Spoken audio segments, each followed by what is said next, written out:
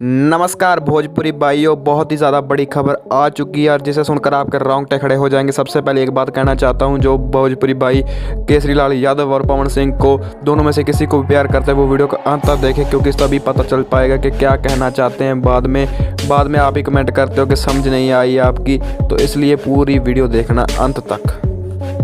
तो जी हाँ दोस्तों, हम बात कर रहे थे पवन सिंह और केसरी लाल यादव के बारे में।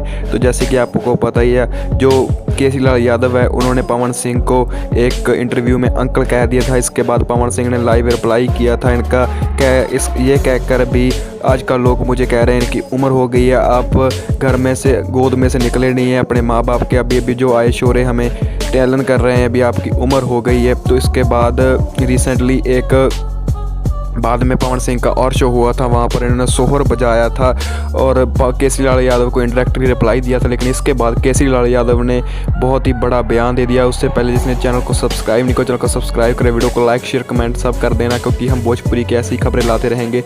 तो केसरी लाल यादव ने कहा,